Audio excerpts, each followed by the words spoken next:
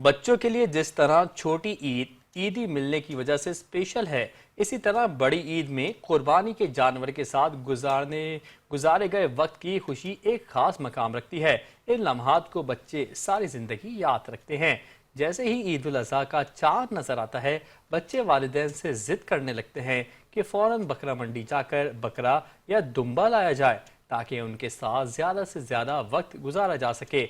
देखते हैं यासिर हुसैन की इस रिपोर्ट में।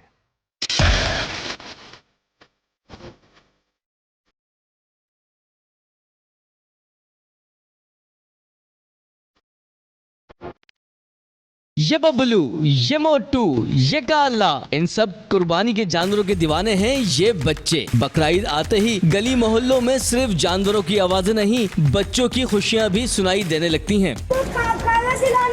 कोई अपने सुल्तान को सजाता है तो कोई अपने शहजादे के साथ खेलता है। दिन हो या रात, बच्चों ने जानवरों के साथ ही डेरा डाल रखा है। हम लोग उसको टहलाते हैं, उसको खाना खिलाते हैं, गाय को टहलाते हैं, चारा बना के खुद खिलाते हैं और बहुत प्यार से रखते हैं। ये फकत कुर्बानी नहीं, एक ताल्लुक है, एक जज्बा जो हर बच्चे के चेहरे पर खुशी बनकर झलकता है। रात में मैं जागता हूँ गाय के लिए और सुबह उसको भूसा देता हूँ। और अब बात करते हैं इस अजीम शान बेल की, जो सिर्फ जानवर नहीं, एक जीता जागता एजाज है। पाकिस्तान का सबसे कदावर बेल, जिसे बलोचिस्तान की हुकूमत ने एजाजी मेडल से नवाजा। एक ऐसा बेल जो ताकत, अजमत और वकार की पहचान बन चुका है। मैंने 3 साल पाला है। अच्छा जी, अभी 6 दांत हुआ है और फर्स्ट नंबर पे आल पाकिस्तान में जीता है। लोग दूर दूर से आते हैं इसे देखने। कोई दुआ मांगता है तो कोई सिर्फ हैरत से देखता रह जाता है। ये दिन है कुर्बान का असल रंग, जहाँ मोहब्बत है, खुशी है और एक जज्बा जो हर उम्र, हर दिल में यकसा है। सुल्तान हो या शहजादा या हो पाकिस्तान का फख्रे बेल, ये सब ही हमारे ईद के हीरो हैं। कैमरामैन आसिम खान के साथ यासिर हुसैन, 5 न्यूज़, कराची।